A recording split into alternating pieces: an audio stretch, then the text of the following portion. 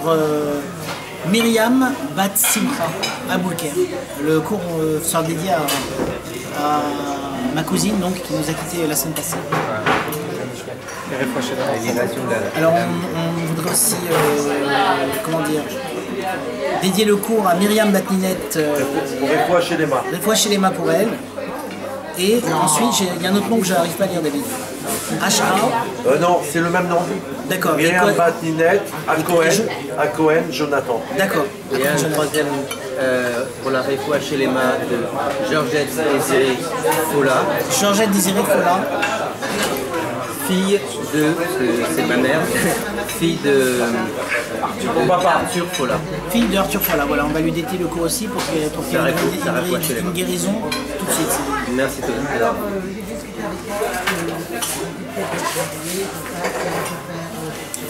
Alors, par rapport à la semaine passée, vous avez des questions par rapport à la semaine passée? Non, c'était la vie. J'ai pas de questions. Ah, c'est embêtant parce que je comptais sur vous pour me lancer. Non, on a une question vraie. David, si tu peux l'énoncer peut-être, parce que ça peut on a reçu sur le blog. Ouais. Par rapport au cours de Tania. Ah oui? Est-ce que ce qu'on avait expliqué avec le Reshimo, la contraction de Reshimo, c'est ce qu'on appelle le Tzimtzum, comme on n'a pas évoqué ce nom? Ah oui, oui, tout à fait. Est-ce que c'est de ça qu'on parle? Alors, est-ce qu'on a parlé du... Parce que la question qu'il me posait, est-ce que le phénomène qu'on avait expliqué, c'était le Tzimtzum? Alors oui, c'est tout à fait ça. C'est tout à fait ça dont nous parle le Rabbi Rachab. C'était ça que j'avais expliqué, il me semble, hein, le cours dernier. Le cours dernier, c'était sur... on avait expliqué le Tzimtzum. Le Reshimo, et oui, après Hachem envoie une énergie calibrée dans l'espace. Oui, c'est le Tzimtzum, exactement. La rencontre des deux, c'est la création. Voilà. Et qu'elle se fait en permanence. Pardon? Et qu'elle se fait en permanence. Ce contact est permanent, et la création se fait. Ça se fait en permanence, exactement. Exactement. Alors je voulais faire une petite correction par rapport à la semaine passée. Parce que j'avais dit que on va expliquer que rien n'a changé. Vous vous rappelez? Mais il faut préciser quand même, rien n'a changé par rapport à Dieu. Par rapport à Dieu, pour Dieu, rien ne change. Avant la création, après la création, pareil. Il n'a pas changé. Tout ça, c'est dans des versets. Je suis Dieu, je n'ai pas changé. Malgré qu'il y a une création, donc, lui, il est toujours seul. Voilà. Mais aussi, ça c'est du côté de Dieu. Alors on a vu qu'il y avait deux Yehoud. Yehoud Haïla, Yehoud Hadata. Unité d'en haut, unité d'en bas. Alors on va reprendre. On avait dit que tout ce livre c'était pour comprendre que Shema Israël, le premier verset du Shema Israël, c'est l'union d'en haut. Et Baruch Shem Kevod, ce qu'on dit juste après à voix basse, c'est l'union d'en bas. Donc on peut traduire Shema Israël pour ceux qui ne connaissent pas la traduction. Écoute Israël, l'Éternel, notre Dieu, l'Éternel est un. Et donc la petite phrase qui correspond au... Baruch Shem Kevod Malchut Olamed, béni son nom Kevod. Le nom de son respecté, Kavod de son sa royauté pour toujours. Je me mets un peu l'aise parce que j'ai un peu chaud. Oui, il fait bien chaud. Vous voulez boire quelque chose? J'ai envie du thé. Un café. Un café? David? Merci David. Avec un verre d'eau? Oui. Il y a de l'eau. Ah, il y a de l'eau déjà. Effectivement, comme il fait un peu chaud, c'est un petit peu d'eau. David, je peux demander un verre avec pour... Merci. En réalité, j'ai du mal à être à l'aise parce que comme j'ai conscience de la caméra, alors ça me stresse un peu. Il faudrait que j'y pense plus.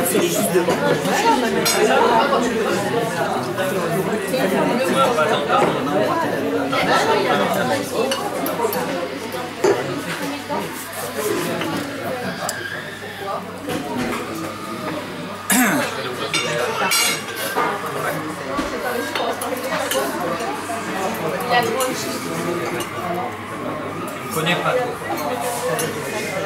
Alors oui,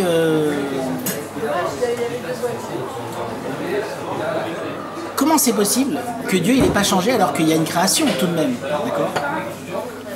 Première question. Deuxième question, comment c'est possible qu'une création elle exprime, elle vient de Dieu, donc c'est toujours Dieu et pourtant s'exprime tout le contraire? L'idée d'un Dieu unique, parce qu'on est dans le judaïsme ici, c'est que c'est une seule chose. Café. Un café, oui, merci. Ah, pardon.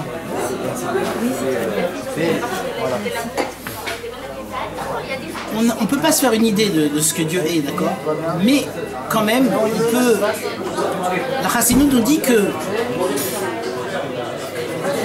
on peut quand même spéculer sur des notions qui nous dépassent et essayer de se faire une idée. C'est pour ça que la Torah, elle parle le langage des hommes. Quand on nous dit, on nous parle de la grandeur de Dieu, de la main de Dieu, des yeux d'Hachem, etc. La terre d'Israël, les yeux de Dieu sont du début à la fin de l'année dedans. Comment on peut dire que Dieu a des yeux, n'est-ce pas? Alors, on dit attention, la Torah nous parle le langage des hommes. Pourquoi elle fait ça? Pour expliquer ce que Dieu veut nous transmettre. Dieu, il s'adresse à nous. Donc il se met à notre portée. Ça ne veut pas dire que Dieu, il a des yeux. D'accord? On comprend bien, il ne faut pas comprendre au sens strict de s'imaginer que Dieu c'est quelqu'un, une personne. Pas du tout.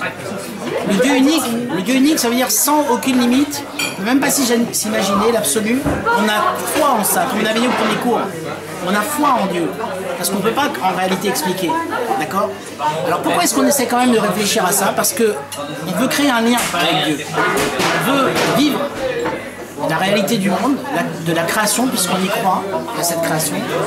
Et donc il faut bien qu'on puisse savoir comment se positionner par rapport à Dieu, bien qu'il est totalement au-delà de tout ce qu'on peut s'imaginer. D'accord?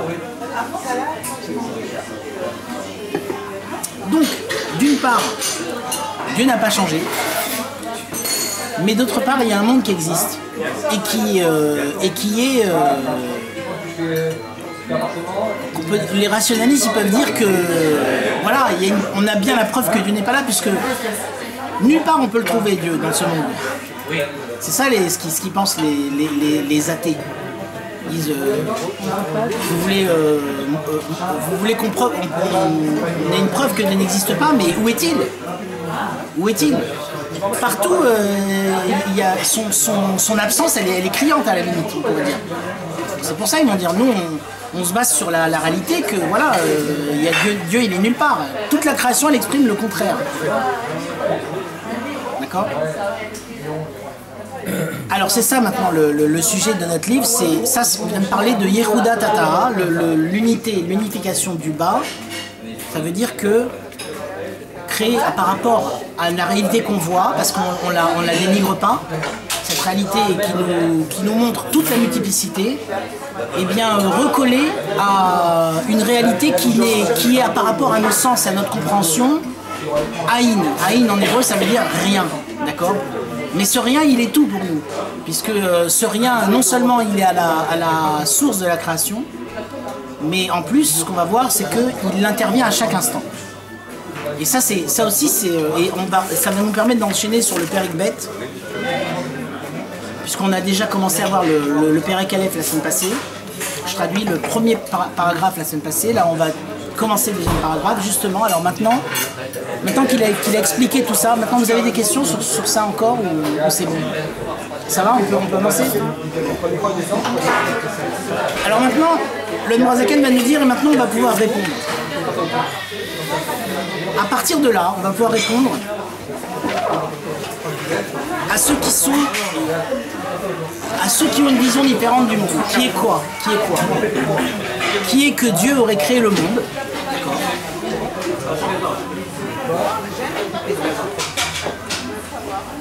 Et que après il y a une tellement forte énergie que ça continue tout seul. Par cause à effet, ça s'enchaîne, et voilà, l'univers s'étend et ça continue depuis depuis des milliards d'années et s'est livré à comment dire, entre guillemets, au hasard, on pourrait dire quoi. Ça veut dire C'est expansion hasardeuse. voilà. Non, là je me suis trompé. On parle de gens qui croient en Dieu quand même. Il y a une intention dans la création, mais Dieu n'intervient pas partout. D'accord? Il regarde d'en haut tout ça, si vous voulez. Ça, c'est la version de certains croyants. De certains croyants, il y a aussi ceux qui pensent que des certains scientifiques, mais encore, je précise que ici, on n'est pas ici pour essayer d'adapter la Torah à la science. Merci beaucoup.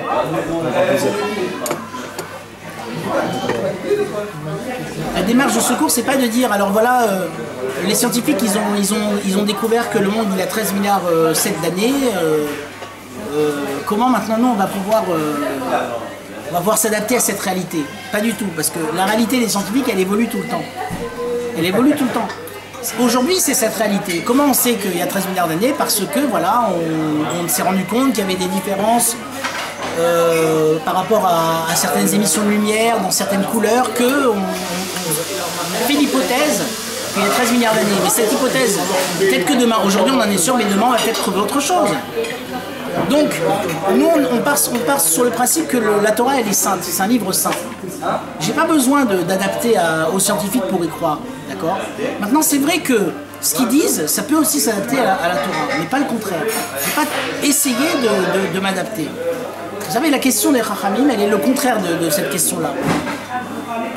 La question dans les Mishnah Pirkei Avot, c'est pas comment est-ce que je vais pouvoir dire que Dieu a créé le monde en 6 jours alors que ça fait 13 milliards 7 d'années que ça dure. La question c'est l'inverse. Pourquoi il a créé en 6 jours alors qu'il aurait pu créer en un instant? Pourquoi 6 jours? C'est trop long. C'est un problème pour Dieu de créer en une fraction de seconde tout ça, en un instant, c'est un problème pour Dieu? Pas du tout. Et d'ailleurs, les Rishonim, d'ailleurs Ramban nous dit, il nous dit que, alors d'après lui, le monde il y aurait plusieurs mondes qui auraient été faits avant. C'est comme si Hachem il avait fait plusieurs mondes et que finalement celui-là il a été fait avec les restes des mondes d'avant. C'est l'opinion du Rambam. Donc d'après lui, on va dire mais comment est-ce que en 6 jours, n'est-ce pas? Et Ramban, juste après, nous dit celui qui ne pense pas que le monde a été créé en 6 jours, c'est un koffer. Un koffer, ça veut dire c'est quelqu'un qui renie. Un renégat, voilà. Je ne sais pas si on peut traduire koffer, renégat. Oui, c'est un koffer. Pourquoi? Parce que on voit que le Shabbat, c'est le 7e jour.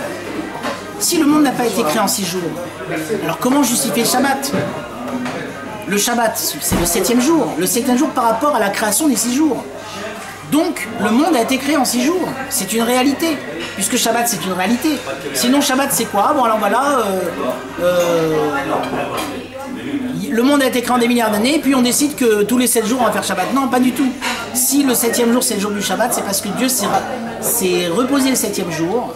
Et que parce qu'il a créé le monde en 6 jours, et c'était 6 jours de 24 heures.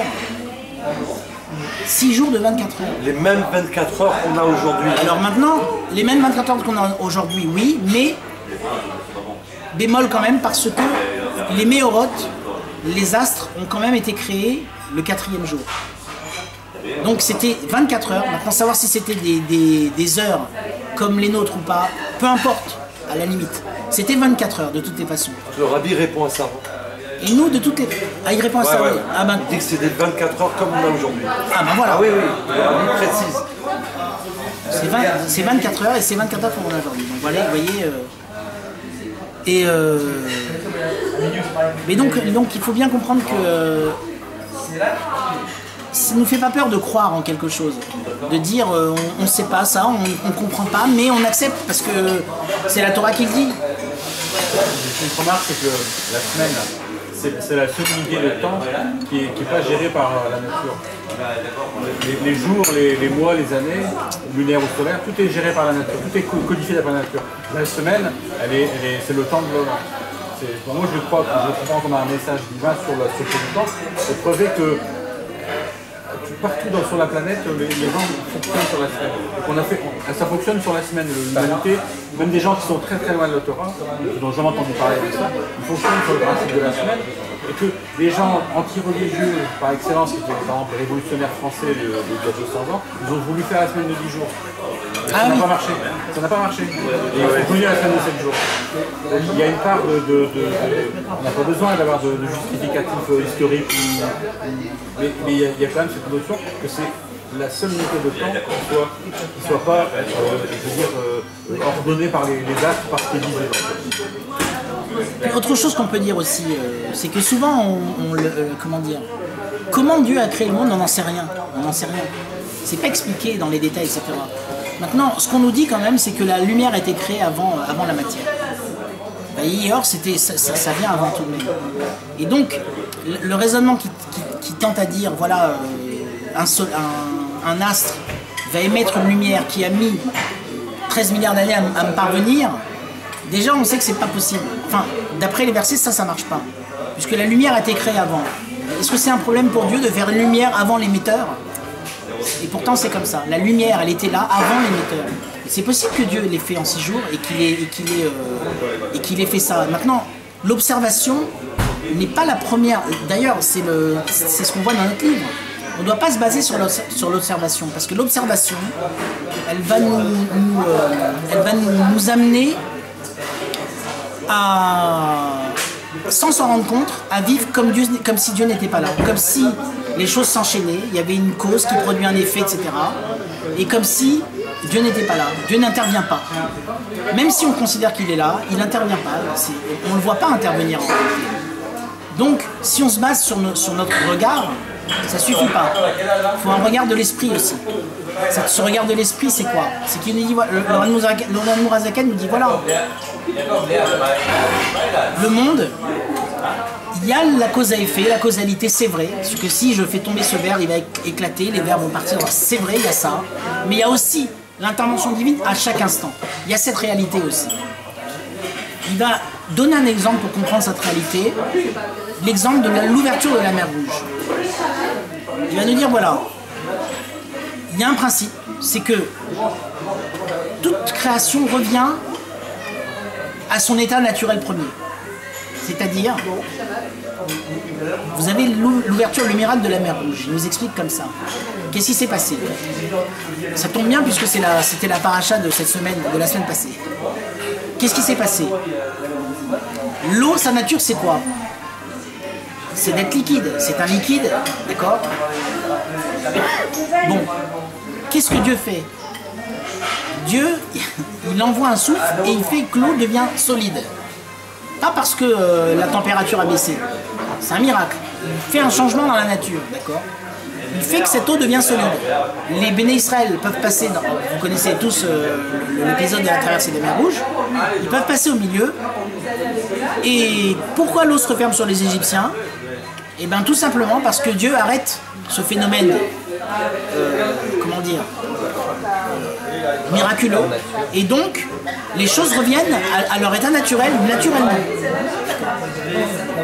Donc c'est comme ça. Le monde vient du néant. D'accord? Pour faire sortir du néant le monde, Dieu il fait une sorte de miracle à chaque instant. Parce que normalement ça devrait être néant. Il fait quelque chose qui fait que le monde existe, les mondes existent. D'accord? Mais s'il arrête un seul instant de le faire, et ben tout retombe à zéro. Ok? Alors, je ne le vois pas cette chose-là. Je ne le vois pas. Mes sens voient le contraire. Et c'est pour ça qu'au début, on nous a dit implante dans ton cœur. Tu sauras, tu implanteras dans ton cœur. Parce que pour pouvoir vivre avec cette réalité, il faut 3 fois par jour faire le schéma. Il faut se rappeler de ça. Il faut entretenir cette vision. Je peux très bien dire, voilà, j'ai compris cette idée, elle me plaît, elle est extraordinaire. C'est un acquis, d'accord? J'y crois, effectivement, ça me paraît logique. Et puis, continuer ma vie et ne rien changer à ma vie. C'est pour ça suffit que pas. le mot il est puissant, vrai, implanté. Implanté. Ça veut dire que quand on plante une graine, bien sûr on a confiance au maître du monde, mais on l'arrose. Parce que la nature du monde, Dieu il a demandé qu'on arrose. Donc là c'est pareil, dans nous on doit implanter ça. Arroser, ça veut dire sans arrêt travailler sur cette notion-là, tout le temps pour que ça se développe, que cette foi elle devienne au fur et à mesure de notre évolution, qu'elle devienne de plus en plus forte, de plus en plus forte. Alors juste, je voudrais... Bon, alors, allez-y. J'ai bien compris. Donc en fait, le monde dans lequel on vit, c'est comme si on était face à la mer rouge ouverte, donc on penserait que c'est normal. Voilà, exactement. On se dit, bah oui, non, mais l'eau elle a toujours été comme ça, elle a toujours été toute droite. Absolument. Et là, qu'est-ce qu'il va nous dire? Et pourquoi est-ce que nous, on a cette... Pourquoi est-ce qu'on n'a pas cette... Pourquoi on s'imagine que Dieu, il fait un monde et qu'il tient tout seul? Parce que c'est comme ça que les gens font, les hommes font. Qu'est-ce qu'ils font les hommes? Quand on voit ce qu'on appelle un créateur, un artiste ou quelqu'un qui élabore une idée. Un artiste, il ne va pas créer quelque chose du néant. Il va créer à partir d'autres matériaux, qui existent déjà. C'est quelque chose qui est déjà créé. Il les prend, il les transforme. Il transforme en une autre forme. D'accord? Et cette chose-là, effectivement, après, une fois qu'il a terminé de façonner l'objet, par exemple, prenons l'exemple d'un sculpteur. Le sculpteur, donc, il va prendre un bloc de pierre, il va assembler plusieurs matériaux, peu importe, il va faire une œuvre d'art, et une fois que l'œuvre d'art est finie, voilà, elle existe, d'accord? Ça, c'est un homme, il ne peut pas faire autrement. Pourquoi? Parce que l'homme ne peut pas créer à partir du néant. L'homme, il crée à partir de ce qui existe déjà. Et nous, on se dit, ben finalement, Dieu aussi, il crée à partir de ce qui existe déjà. Non. Dieu, il crée à partir de rien. À partir de rien. D'accord? Il y a un moment zéro. Il y a un moment zéro et avant, il n'y a rien. Il n'y a rien. C'est zéro. C'est le vrai zéro. D'accord? Et ça, on ne peut pas s'imaginer ce que c'est. Mais quand même, on peut comprendre que ça demande une énergie et que c'est vrai que l'état antérieur, c'était rien. Donc logiquement, ça devrait retourner à rien. Pourquoi ça continue comme ça? Pourquoi ça, y a pas pourquoi ça s'éteint pas? On a l'impression que c'est normal. C'était tellement puissant au départ que voilà, ça continue et ça va continuer éternellement comme ça. Mais non, ça doit finir à un moment donné. Ça doit même finir très vite, normalement. D'accord? Vous jetez une pierre très très fort. Elle retombe. Sauf si c'est une fusée et que vous l'envoyez en orbite et qu'il y a d'autres forces après qui interviennent, mais a priori c'est plus logique de dire qu'il y a quelque chose qui en permanence maintient la flamme que de dire qu'on l'allume très fort et qu'elle tient comme ça éternellement. On pourrait se dire, Hachem qui est tout puissant, s'il lance une pierre qui serait la création du monde, elle va retomber, mais à l'échelle de l'histoire du monde. C'est-à-dire qu'il y a un début et il y aura une fin de cette création à un moment donné qui n'est pas encore. Tout à fait, c'est une bonne remarque que vous faites. C'est logique. Ce qu'il a donné, elle est bonne. C'est logique. 6000 ans, mais en donc même temps, ça ne contredit pas le fait que la création est recréée à chaque instant. Est maintenue en état d'existence à chaque instant par le maître du monde. Je vais même aller plus loin que vous, il pourrait même ne pas le maintenir à chaque instant. On pourrait penser que Dieu il a fait sortir du néant quelque chose, et que cette chose elle est sortie du néant et qu'elle est en train de s'éteindre. Oui, mais c'est pas ça que je veux dire. Ce que je veux dire que même l'hypothèse de... Enfin, ou bien qu'il a prévu une fin. Même l'hypothèse qu'il y a eu une création du monde et qu'à un moment donné, comme la pierre qui retombe après avoir été lancée, il y aura une fin du monde, un retour peut-être à une adhésion totale à Hachem, je sais pas, et ça ne contredit pas l'idée que le monde est recréé à chaque instant. C'est ça que je voulais dire. Tout à fait, aussi, ça peut marcher aussi. Et de toutes les façons... D'ailleurs, c'est comme ça. Oui, d'ailleurs, c'est comme ça, oui. D'ailleurs, c'est comme ça. Ce que je dis, c'est pas une idée que j'ai eue, hein, c'est que je l'ai lu quelque part ou je l'ai entendu quelque part, qu'à un moment donné, la création matérielle qu'on connaît, elle va petit à petit se raffiner de plus en plus spirituelle, Et jusqu'à où, je sais pas, mais le monde tel qu'il existe aujourd'hui, il n'y aura plus quoi. Mais voilà, j'en sais pas plus, hein. J'ai juste entendu ça tout un coup. D'accord. C'est dommage que quand les gens du cours interviennent, on ne puisse pas les écouter. Enfin, ça veut dire Si les... ça enregistre le son quand même. Ah, on les entend bien? Ah, bah, c'est bien. Très bien.